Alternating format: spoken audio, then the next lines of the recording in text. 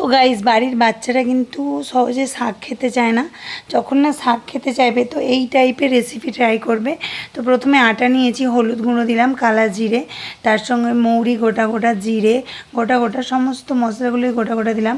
তার সঙ্গে পেঁয়াজ কুচি, লঙ্কা কুচি, আদা কুচি সমস্ত কিছু দিয়ে দিলাম। দেওয়ার পরে দেখো কলমি শাক দিয়ে দিলাম, বেশ পরিমাণটা শাকের বেশিই ছিল।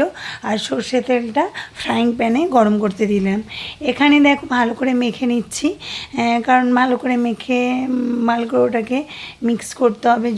যত কিছু দিয়েছি তার সঙ্গে নুন দিয়েছি, শুকনো লঙ্কা গুঁড়ো দিয়েছি, কাঁচা লঙ্কাও দিয়েছি কেটে।